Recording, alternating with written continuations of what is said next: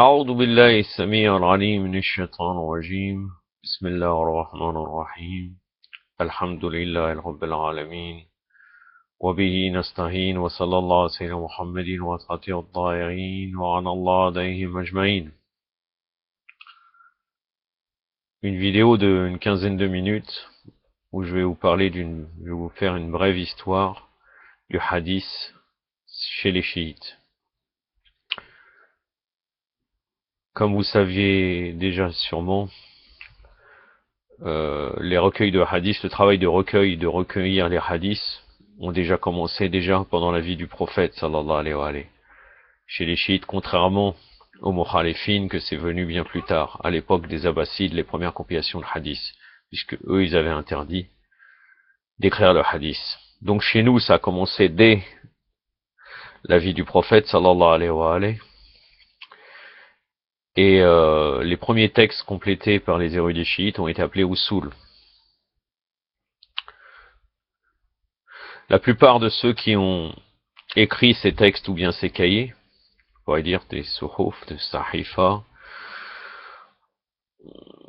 c'était ceux qui avaient entendu le hadith d'un des imams alayhi salam, et en particulier de l'imam Baqir alayhi salam et de l'imam Ja'far Sadiq alayhi salam. Donc ces cahiers contenaient la tradition, donc la sunna, qui s'appelait la science de usul. Ça consistait à enregistrer les propos des infaillibles, des marsoum, directement ou indirectement. À l'époque de l'imam Ali, donc jusqu'à temps de l'imam Hassan al-Askari alayhi salam, le 11e imam, les cahiers les plus connus des usul étaient 400. Dans ces cahiers, il n'y a pas eu beaucoup d'attention à classifier les hadiths. C'était juste relever les différents hadiths qui nous venaient de nos imams. Où on retrouve le plus grand nombre des usul, c'est dans certains livres qui sont par exemple Ma'isen al-Baqi, al-Kafi et Man la yadu al-Faqih. Il y a quelques hadiths qui viennent de ces usul qui sont dans le livre Tartib de Shir-Tusi. Et une bonne partie de ces manuscrits des usul se trouvaient à la bibliothèque de Shapur à Bagdad. Mais un bon nombre de ces ouvrages, ils ont été détruits pendant les incendies qui ont eu lieu avec l'invasion de Bagdad par de Rôle. Ça doit être je pense que c'est les Mongols. En 448 de l'Hégire, donc en 1056 de l'ère chrétienne. Et les manuscrits qui ont été conservés, ils ont été conservés jusqu'à l'époque de Ibn Idris et Ibn Taous. Radwanallah alayhim. Et on a recensé seulement 200 sur les 400 usul de ces manuscrits. Ça, c'est Arabozor Tehrani, quelqu'un qui a beaucoup œuvré pour réunir les différentes sources, qui a écrit cela dans Ed-Dariya, le volume 2, page 125, 135.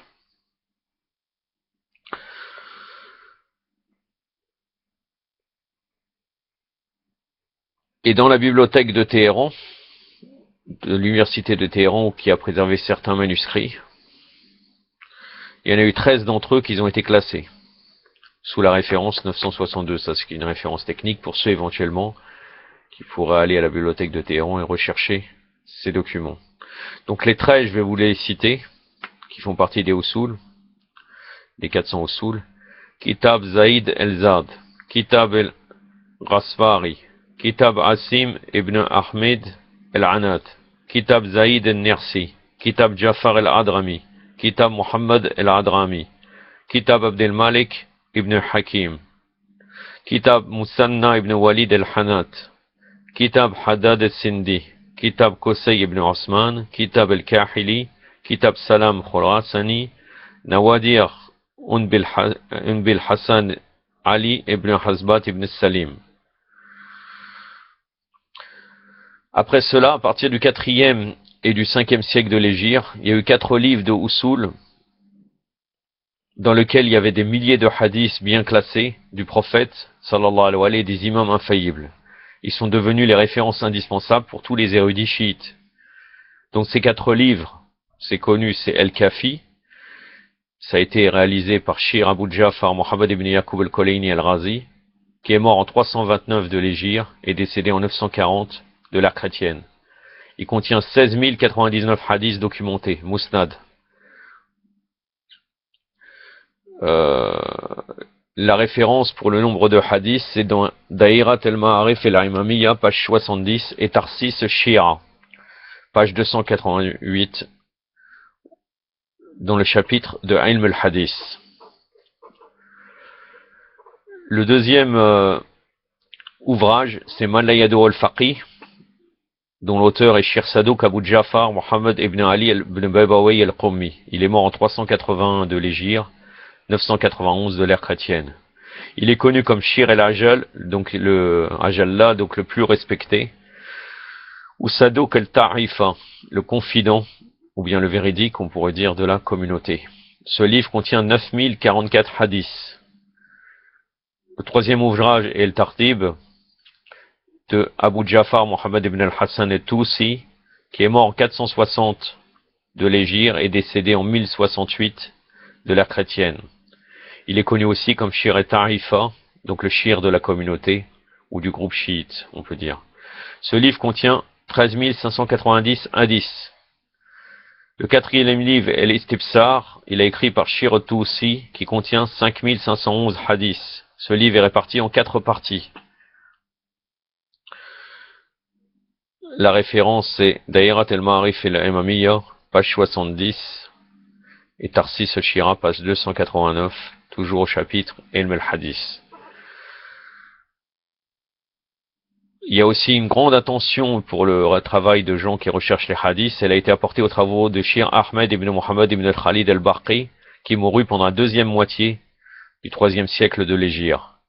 Shir al-Barqi, il avait entamé un énorme travail en vue de collecter les hadiths dispersés dans les 400 manuscrits et cahiers et dans d'autres livres d'usul. Donc il a cherché à réunir le maximum de hadiths qui nous vient des 400 usul. Son livre Ma'asin a ouvert alors une ère nouvelle pour la science du hadith chez les chiites, en permettant aux 4 collections précédemment citées de voir le jour.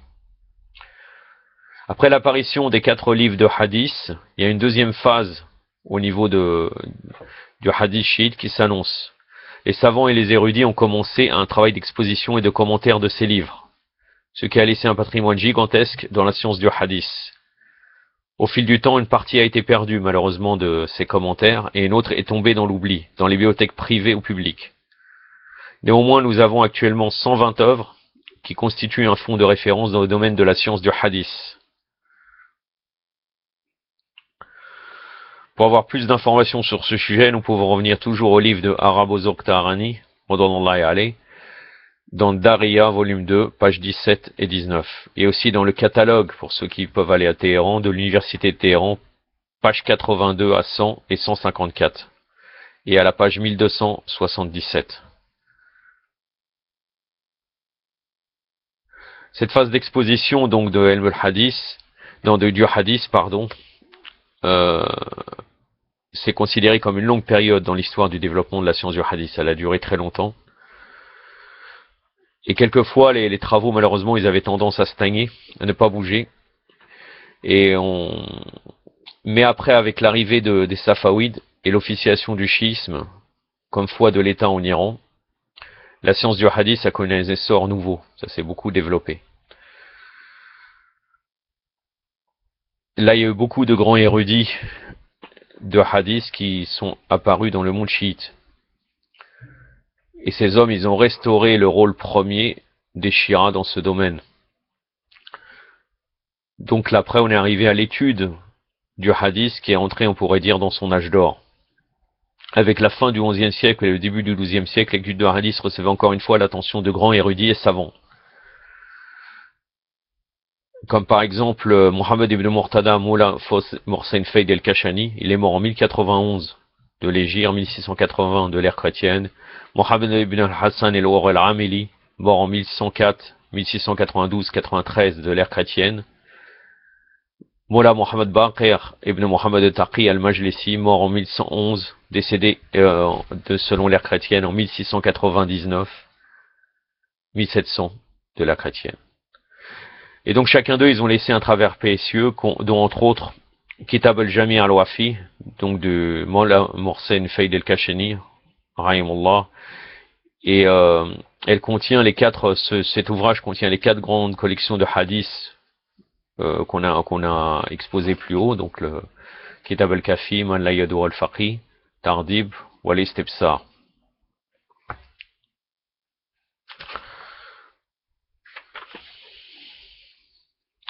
Et dans cette œuvre de Mola Mohsen Faïd el-Kashani, il a évité les répétitions des hadiths qui existaient dans les 4 grandes collections. Et il a fourni quelques explications pour améliorer la compréhension. Après, le deuxième œuvre importante, c'est Wasail al-Shira, de Shir Mohammed ibn Hassan al-Ur al-Ameli. Et lui aussi s'appuie sur les 4 grandes collections de hadiths. Il fait aussi référence à d'autres sources. Bihar el-Anwar, bon ça c'est très connu, c'est une encyclopédie du hadith. Son auteur est Allama Mohammed Baqir al-Majlisi, radiyallahu alayhi. Et Al-Bihar, il a considéré comme la plus grande œuvre de hadith.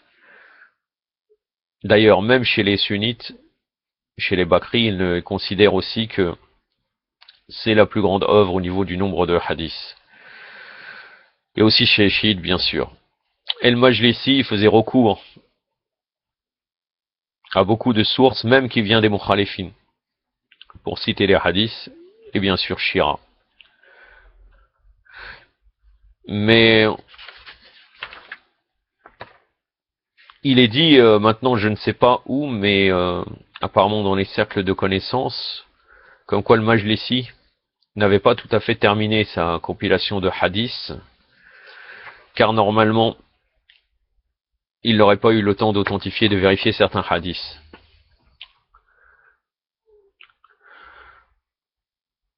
Après, nous arrivons à une période encore plus approfondie dans le hadith. Et certes, ces érudits-là qui sont venus après, ils n'ont pas abandonné la voie de l'Kashani, de l'Arameli et de l'Majlisi. Ils ont approfondi les recherches. À cette époque, on peut citer Mohammed Hossein ibn Alam al-Taqi et Mohammed Nouri al-Mazandarani al-Tabarsi. Mohammed Nouri al-Mazandarani al-Tabarsi, il a achevé en 1319 de l'Hégire, 1901 de notre ère, de l'ère chrétienne, un grand ouvrage connu sur le Kitab Mustadrak al-Wasail ou Mustanbat al-Masail. Cette œuvre a été fortement inspirée d'Al-Ramali, Wasail al-Shira. Et ça comporte malgré ça plusieurs chapitres supplémentaires. Elle est considérée comme la plus grande collection de hadiths. Alam al-Nouri, il mourut en 1320-1902 dans la ville de Najaf. 1302 de l'Hégire et 1902 de l'ère chrétienne. Et à cette période aussi, il y avait des grands savants comme Shir Haj Ara Hossein Bouroujerdi. Et à travers ça, il y a eu un nouveau à l'esprit, inspirant les musulmans pour une compréhension et un emploi plus pertinent des milliers de hadiths.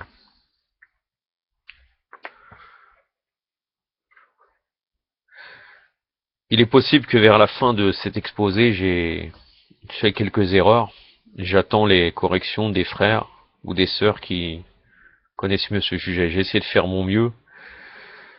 Mais dans les ouvrages qui traitent de ces sujets, on arrive toujours à une conclusion comme quoi le développement actuel de Ilm al-Hadith est meilleur que précédemment. Personnellement, j'en suis pas sûr, mais c'est la majorité des ulama qui disent cela. Car nous arrivons maintenant dans le système de Hawza actuel de douter de tout, d'énormément du patrimoine des hadiths de Ahlul Bayt. Peut-être certains hadiths, on pourrait les mettre de côté et ne pas les appliquer. Et quand on traite d'un sujet, de regrouper tous les hadiths qui traitent de sujets, pas en prendre un seul hadith en disant ce hadith c'est faux. Ce n'est pas la méthode originelle de nos ulama, donc de parler de progrès. Il y a eu forcément une ère de progrès, bien sûr, à l'époque des Safawides avec Al-Majlisi et tous ces compilateurs-là. Mais de nos jours, d'être avancé en disant que c'est maintenant qu'on a évolué le plus, ce n'est pas une évidence.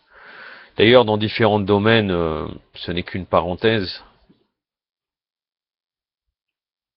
On arrive toujours à, même si on avance plus dans le monde moderne, on arrive toujours en vérité à une dissolution et à une perte des valeurs traditionnelles. Donc rien n'est moins sûr que les sciences évoluent dans les sciences islamiques comme nos imams voudraient. Alayhum salam. Inch'Allah, qu'Allah nous facilite, que nous restons dans la voie droite et que nous puissions nous rapprocher le plus de nos imams pour être prêts pour servir à l'imam al-Hujjah, alayhi salam, arwahuna lak al-fida, ilahi amin, yaktafi min ada, wa sallallahu sallam Muhammadin wa atrati at-tahirin, wassalamu alaikum wa rahmatullah.